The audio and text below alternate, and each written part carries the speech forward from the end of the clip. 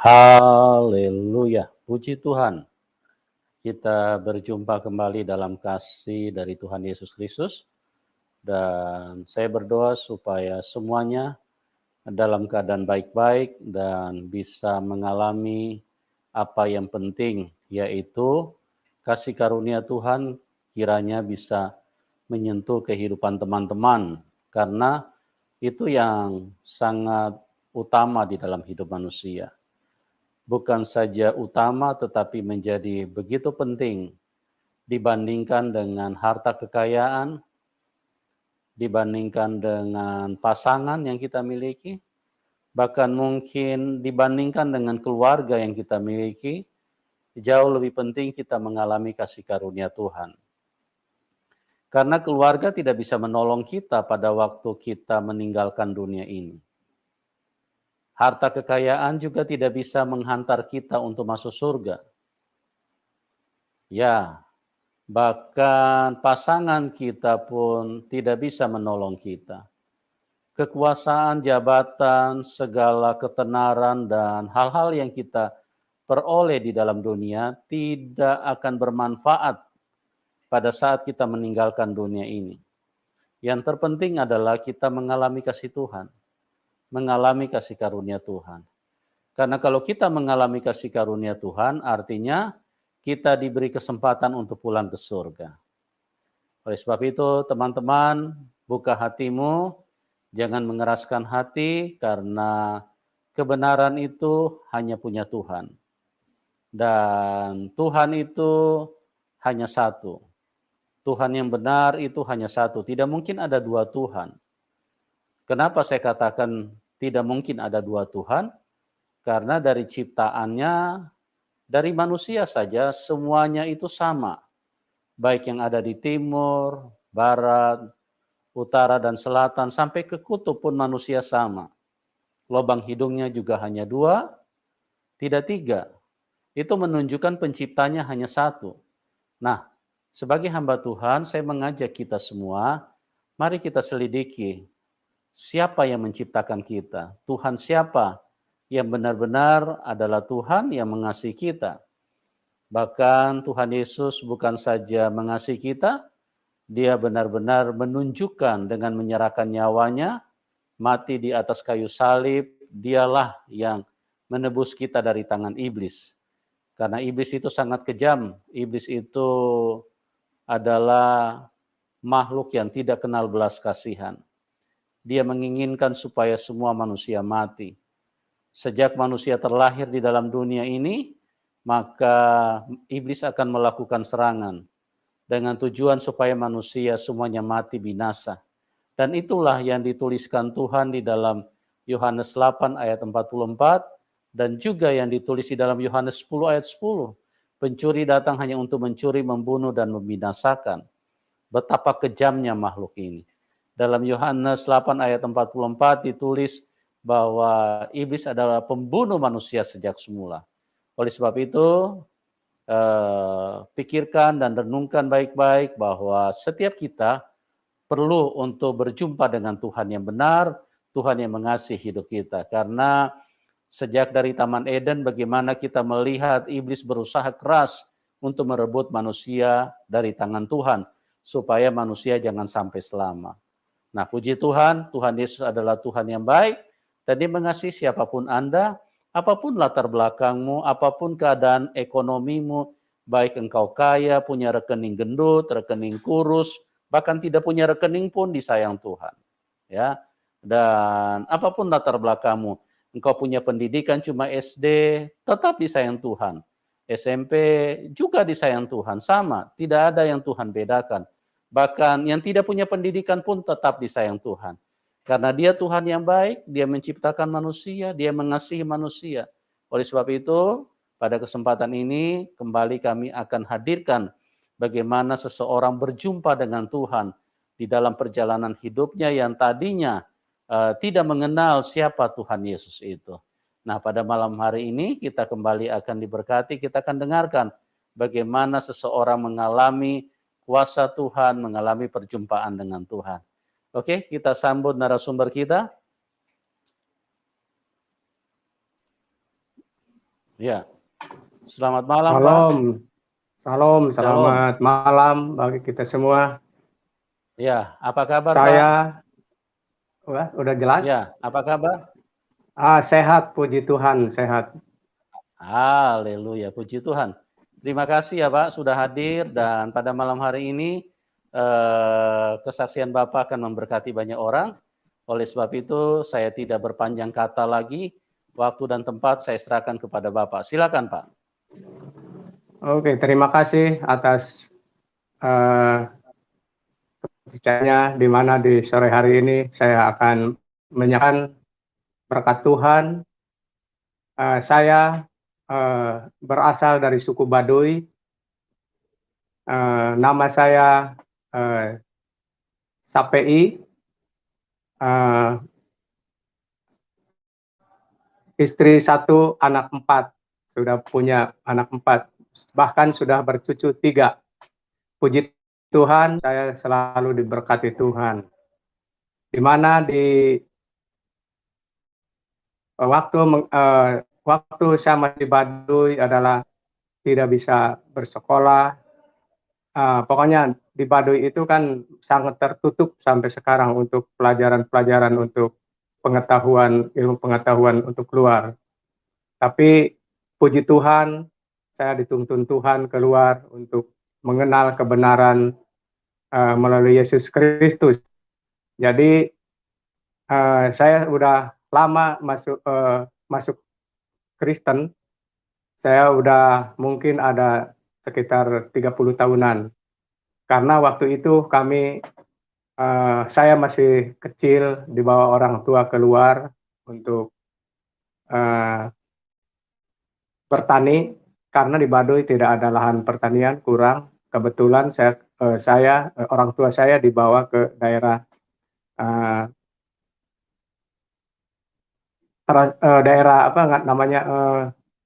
perkebunan. Di situ kami dikasih tempat lahan oleh pemerintah seluas 1 hektar. Jadi disitulah kami menemukan kebenaran Tuhan Yesus. Karena kami sesudah keluar dari situ, kami tidak diakui lagi oleh suku Baduy, tidak diakui lagi kepercayaan Baduy, karena kepercayaan Baduy tidak bisa keluar untuk membuat kampung, kecuali bikin tempat ladang-ladang, harus tetap pulang ke sana. Jadi itulah keunikan Baduy. Tapi kami milih keluar karena kami sudah tidak diakui lagi di Baduy, maka kami pilih masing-masing. Keluarga saya waktu itu masuk Muslim.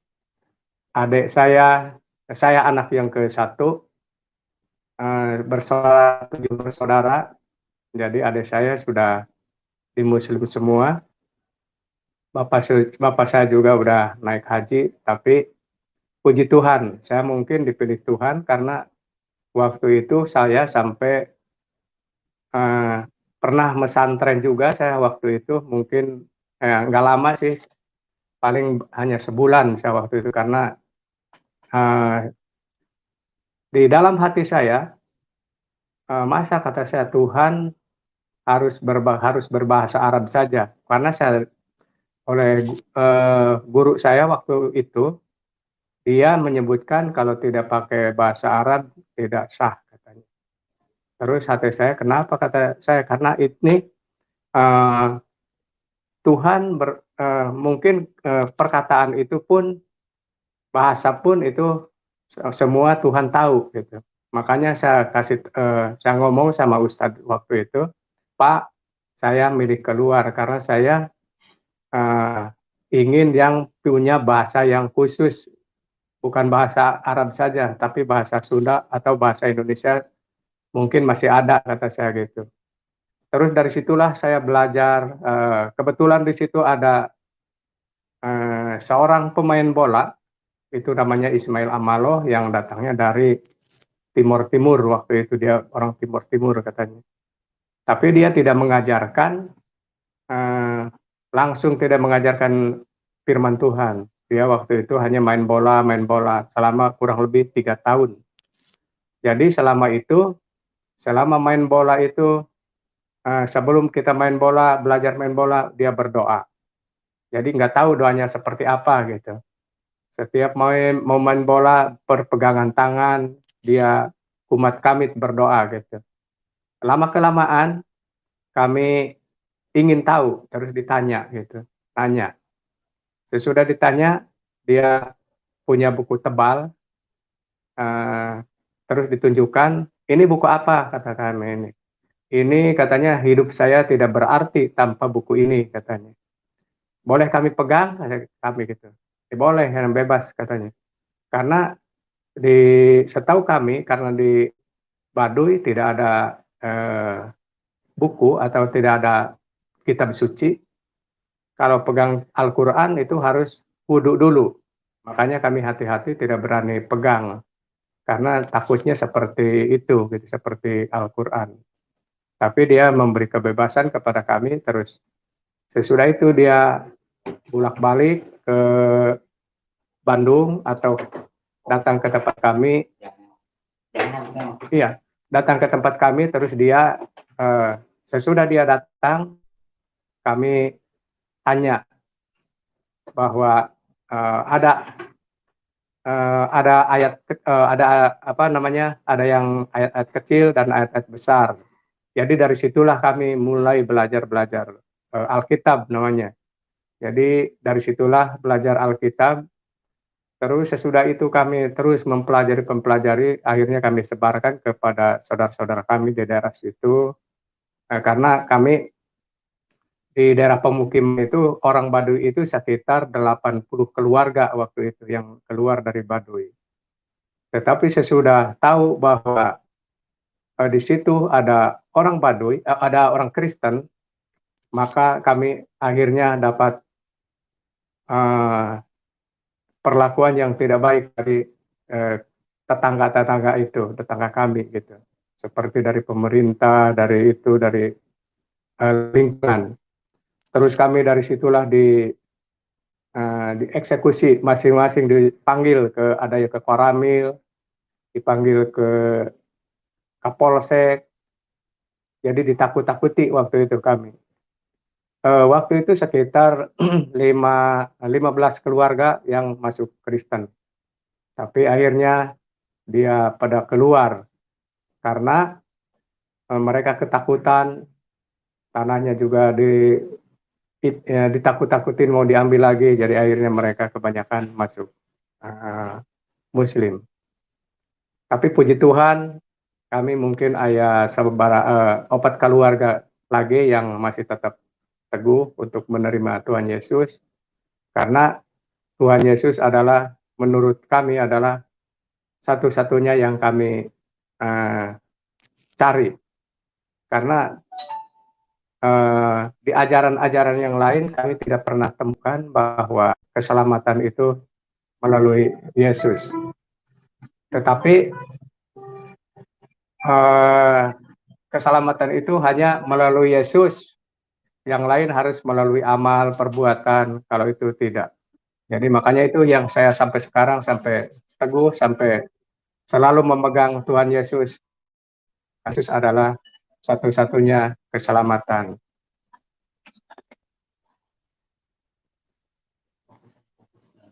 Ya, itulah perjalanan hidup saya, waktu, dan juga tantangannya juga, saya sempat sebagai, sama orang tua saya juga sempat tidak diaku keluarga. Selama saya 3 tahun aku keluarga, sampai ke rumahnya pun tidak pernah balas kalau kalau ngomong, pokoknya dicekin, nggak dianggap saudara, udah dikeluarin. Tapi lama-kelamaan ya, saya selalu kalau dia sakit, saya kunjungi, saya selalu berdoa, tetap aja walaupun dia nggak mau ngomong, kalau dia sakit selalu saya datang. Tapi puji Tuhan, sekarang dia sudah mengakui saya sebagai, orang Kristen, saya diakui di keluarga. Bahkan kalau saya tidak datang ke tempat beliau, dia sangat rindu, selalu harus datang. Selalu saya doakan. Jadi puji Tuhan, walaupun belum menerima Yesus sebagai juru selamat, dia sudah orang tua saya khususnya masih menerima saya dan doa-doa saya diterima oleh dia gitu. Umur orang tua saya sekarang udah 101 umurnya. Jadi udah tua, saya selalu puji, jadi puji Tuhan. Dia selalu menerima saya di tempatnya. Sesudah saya menerima Yesus sepenuhnya, maka mujizat-mujizat Tuhan pun selalu mengikuti saya. Nah, seperti saya mungkin dikasih karunia penyembuhan, karena kadang-kadang kalau saya berdoa kepada Tuhan, banyak yang sembuh. Jadi banyak yang disembuhkan. Waktu kemarin ke Bandung, kebetulan datang ke Baduy Dalam waktu itu kemarin, diadakan di sana pengobatan, terus ada yang lumpuh, 1 orang, terus kami doakan, saya doakan khusus untuk itu. Jadi dia sudah kembali lagi, jadi tinggal pemulihan untuk penyembuhan. Itulah yang berkat mujizat-mujizat Tuhan yang diberikan kepada saya sekarang. Dan sekarang juga saya ada penginjilan yang saya lakukan. Jadi disitulah ada perkumpulan-perkumpulan orang Baduy yang saya selalu kunjungi. Jadi mudah-mudahan atas doa dan dukungan dari saudara-saudara seiman supaya pelayanan saya diberkati Tuhan, banyak jiwa yang diselamatkan khususnya dari suku Baduy. Jadi itulah yang saya alami, mujizat-mujizat Tuhan yang begitu besar kepada kami di keluarga khususnya. Jadi puji Tuhan, kesaksian saya ini supaya menjadi berkat bagi pelayanan Tuhan, supaya banyak jiwa yang diselamatkan, karena Tuhan Yesus adalah satu-satunya yang sudah disahkan oleh Allah sendiri, karena begitu besar kasih Allah kepada manusia sehingga ngasihkan anaknya yang tunggal untuk menjadi keselamatan bagi umat manusia. Jadi itulah yang saya pegang sampai sekarang. Dan ayat inti ku saya selalu dipegang adalah Yohanes 14 ayat 6, akulah jalan kebenaran dan hidup. Jadi tidak ada jalan kalau tidak melalui Yesus. Jadi itulah mujizat-mujizat yang saya sudah terima dari Tuhan Yesus. Puji Tuhan. Puji Tuhan.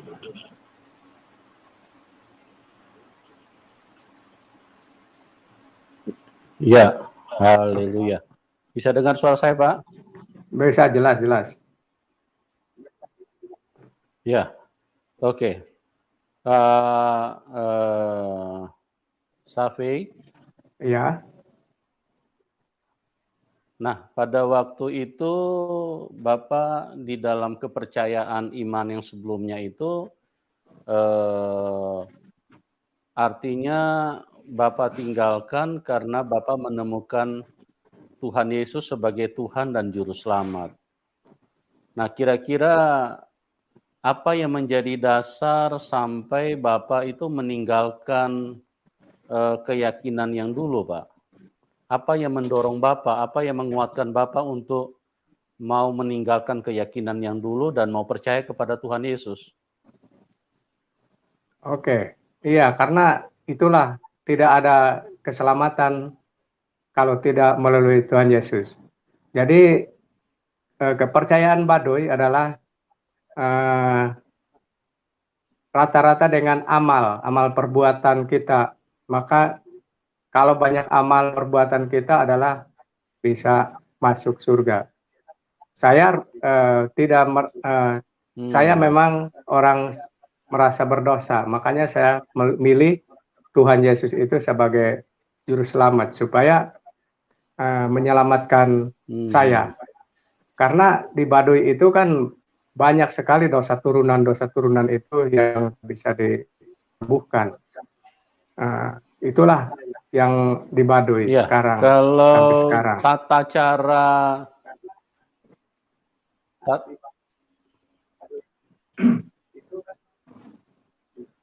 Halo.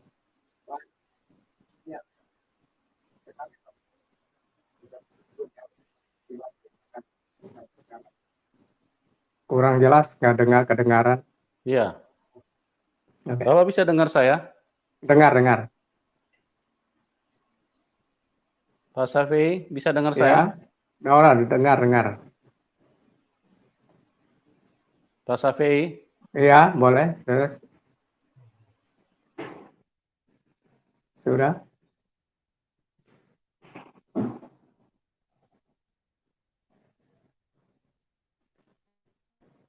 Sudah Ya. jelas.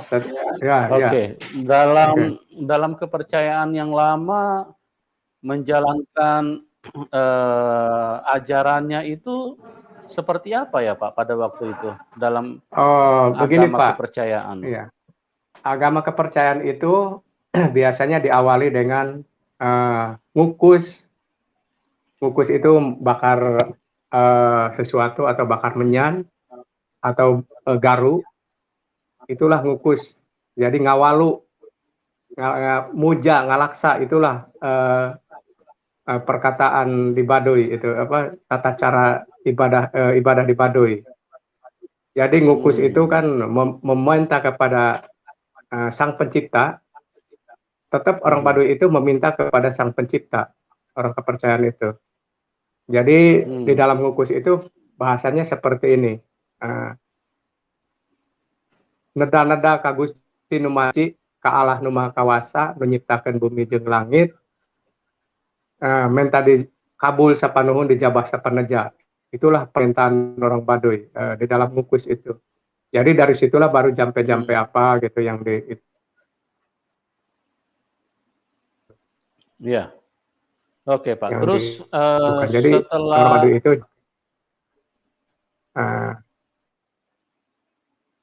bisa dengar saya Pak?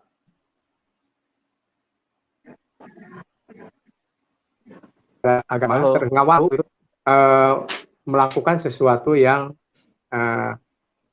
habis panen. Jadi itulah ngawalu.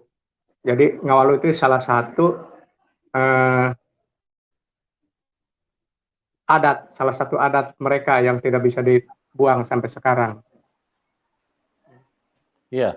Oke Pak. Terus tapi itu pun tadi tidak Bapak membawa keselamatan bagi mereka. Halo. Oke. Ya, tadi Bapak katakan setelah percaya Tuhan Yesus banyak tekanan yang Bapak alami atau tantangan, di mana yang pertama dari orang tua, terus dari apa? Dari tetangga. Iya, dari tetangga-tetangga.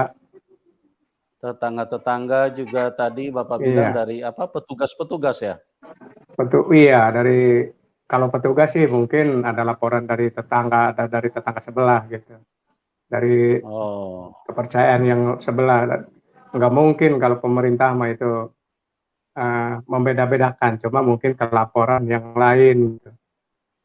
Jadi mereka cuma tanya begini aja, kenapa kamu pilih Kristen kayaknya gitu. Karena di sekitar kita tidak ada Kristen, itu agama untuk orang kota gitu. Begitu paling. Iya, cuma begitu aja. Terus saya jawab kan, iya. Pada waktu itu iya, apa yang Bapak jawab? Iya, pada waktu itu kan kata saya itu pilihan pribadi. Ya takutnya kan dia takut pemerintah itu atau Koramil itu takutnya dibujuk-bujuk gitu, disuruh itu, padahal tidak. Jadi itu pilihan pribadi. Bahkan saya kan pernah sekolah SD nih, terus saya diajarkan di sekolah itu PMP itu. tentang agama. Jadi disitulah saya ingat gitu. Ada 5 agama katanya yang dilindungi. Maka salah satu saya pilih, yaitu Kristen. Jadi mereka sesudah itu tahu bahwa saya bukan dibujuk-bujuk, jadi saya tenang gitu, enggak itu lagi. Cuma masalah itu sesudah itu pun tidak selesai. Mungkin kurang lebih ada sampai lebih dari 3 tahun itu, tidak bisa dikunjungi kami ke sana, ke tempat kami. Karena setiap ada yang datang, orang penginjilan langsung dicegat di jalan. Kadang-kadang mereka nggak pakai sendal pulangnya, dibuang tuh sendal mereka. Tapi Siapa puji yang Tuhan mencegat, Pak? dari situ. Waktu itu, iya, waktu itu kami bergerejanya ke Rangkas Bitung, ke kota. Jadi dari tempat saya ke Rangkas Bitung itu sekitar 30 kilo waktu itu. Jadi kalau mau ke gereja ke jalan raya gitu, diteror, harus masing-masing. Dan seperti mau bawa pakaian ke kebun gitu untuk ke gereja juga. Iya, iya, Itulah iya. yang Jadi istilahnya, tantangan-tantangan yang kami hadapi waktu itu. ya istilahnya ada pihak-pihak yang Ya, sengaja untuk membuat supaya jangan percaya kepada Tuhan Yesus ya. iya, itu intinya seperti itu. Intinya seperti itu. Ya, Jadi makanya kami tidak bisa waktu itu tidak bisa bersama-sama mau ke gereja juga gitu karena harus nyumput jalannya. ya.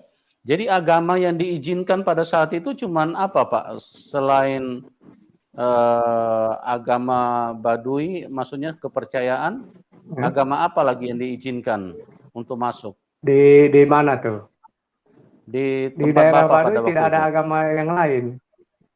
Kalau di tempat saya itu Muslim aja, cuma Muslim Cuma Muslim ya. yang diizinkan. Jadi berarti Islam saja yang diakui Kalau pada di waktu itu. Baduy sampai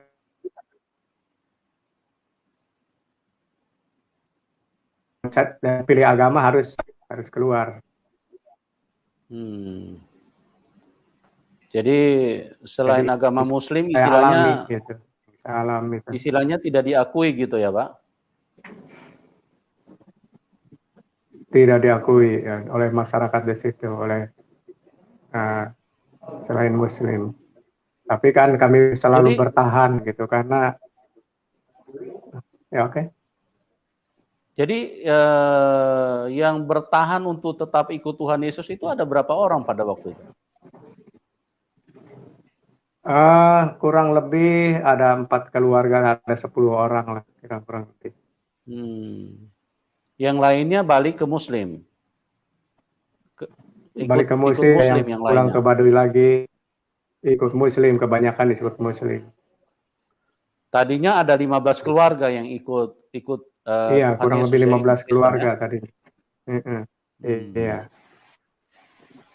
puji Tuhan. Iya. Ya, kuat.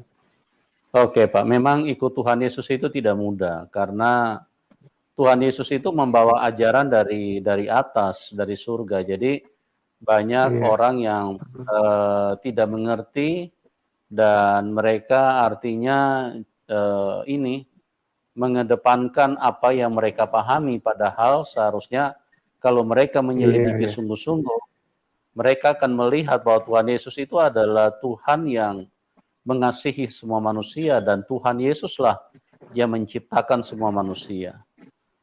Nah, setelah Bapak tetap memilih ikut Tuhan Yesus, terus kemudian bagaimana kelanjutannya, Pak, setelah mengalami tantangan itu? Apakah Bapak ada goyah imannya atau bagaimana pada waktu itu? Setelah beberapa kali istilahnya mengalami tekanan. Saya malah tetap teguh, Pak. Tetap teguh. Saya malah dikuatkan oleh Roh Kudus mungkin karena umat pilihan itu tidak bisa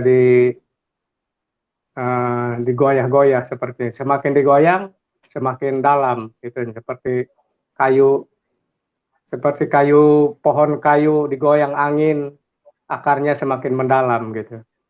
Jadi itulah yang Iya, saya rasakan gitu. Hmm, iya, yang puji saya Tuhan. rasakan seperti Berarti itu. sampai sekarang, berarti sampai sekarang Bapak tetap teguh ikut Tuhan Yesus ya? Puji Tuhan, saya tetap terberkati Tuhan saya di dalam hidup saya. Orang tua Bapak, eh, bagaimana imannya sekarang? Sudah ikut Tuhan Yesus apa belum? Muslim dia, tapi doa-doa saya sudah diterima. Bahkan saya Oh, 2 hari yang lalu saya ke rumahnya karena dia sakit itu hampir stroke. hmm, Saya itu dikasih minyak dia itunya kakinya, terus kepalanya saya pijit-pijit sambil berdoa. Puji Tuhan, kemarin saya ke rumahnya sudah bisa makan, bisa berdiri hmm, walaupun sudah tua juga. Jadi itulah berkat hmm, Tuhan.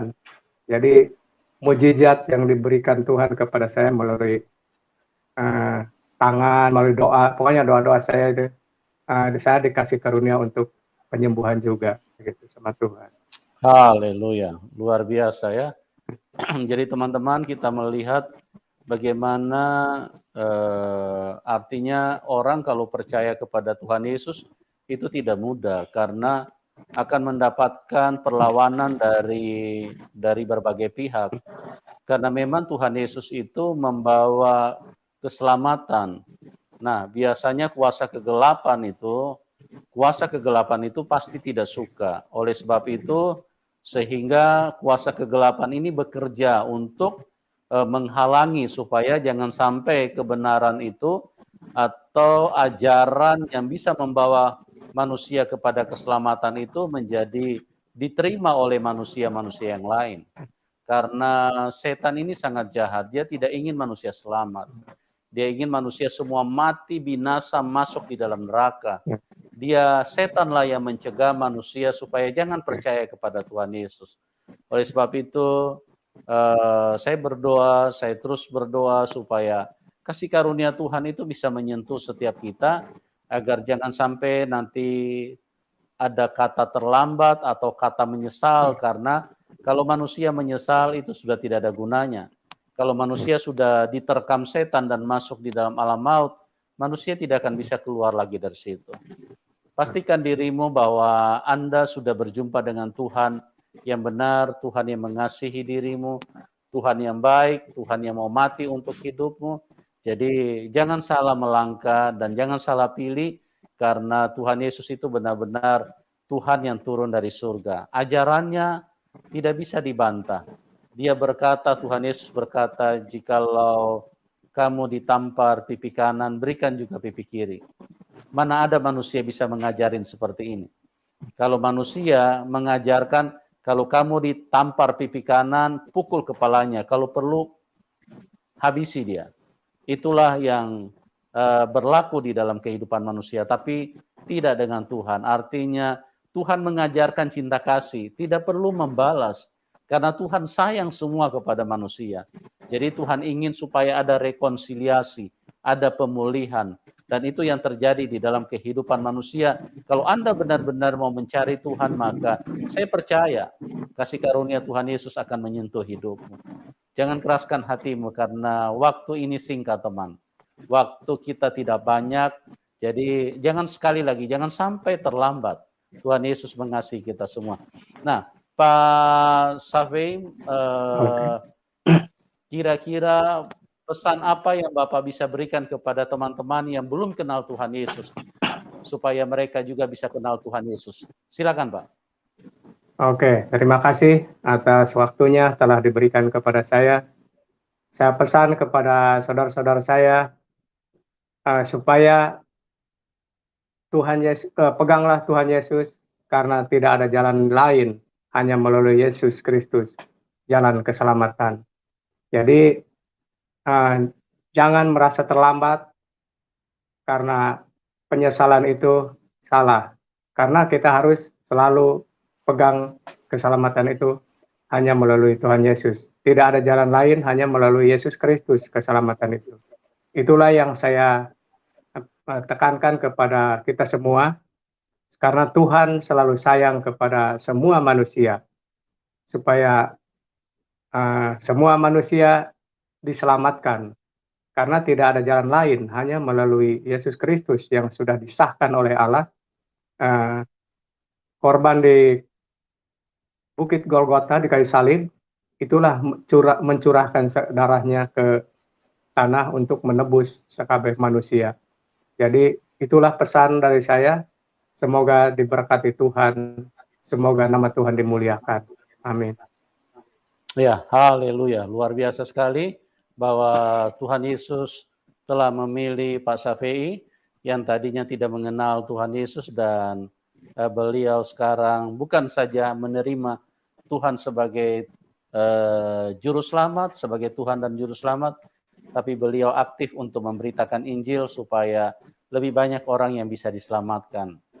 Dan memang sekali lagi saya beritahu sebagai hamba Tuhan bahwa ikut Tuhan Yesus itu tidak mudah, dan mempercayai Tuhan Yesus itu pasti tidak mudah, karena kuasa kegelapan atau iblis akan terus menyerang, akan terus mencoba untuk menghalangi kita supaya kita tidak percaya kepada Tuhan Yesus. Tapi jangan pernah menyerah, karena ingat, hidup di dunia ini singkat. Jangan kita tertipu karena kita hanya sebentar di dunia ini. Banyak manusia memilih aman di dunia, tapi manusia akan diterkam setan kalau di luar Tuhan, karena Tuhan Yesus berkata bahwa di luar aku kamu binasa. Ya, akulah jalan kebenaran dan hidup. Tidak ada seorang pun yang sampai kepada Bapa kecuali melalui aku. Dan juga di dalam Kisah 4 ayat 12, di bawah kolong langit ini tidak ada nama lain yang olehnya manusia bisa diselamatkan kecuali di dalam nama Tuhan Yesus. Saya percaya semua manusia masih hidup di bawah kolong langit. Kecuali Anda sudah di atas langit, nah maka ayat ini tidak berlaku untuk manusia-manusia yang sudah di atas langit. Tapi selama Anda tinggal di bawah kolong langit, maka dengarkan baik-baik. Di bawah kolong langit ini tidak ada nama lain yang olehnya manusia bisa diselamatkan kecuali di dalam nama Tuhan Yesus. Terima kasih Pak Syafei buat kesaksiannya yang luar biasa dan memberkati umat Tuhan. Saya berdoa supaya Bapak tetap kuat dan tetap teguh. Amin. Dan tetap melayani Tuhan, melakukan apa yang baik buat orang banyak supaya mereka pun bisa mengenal Tuhan Yesus. Dan juga bagi teman-teman yang diberkati, yang ingin mendukung Pak Syafei, bisa memberikan dukungan kepada beliau, ya. Dan juga bagi teman-teman yang lain yang sudah hadir di dalam link ini, terima kasih buat semuanya. Doa saya buat Anda semua, dan Tuhan Yesus mengasihi dan memberkati kita semua. Kita akan berjumpa di program selanjutnya, dan salam kemenangan.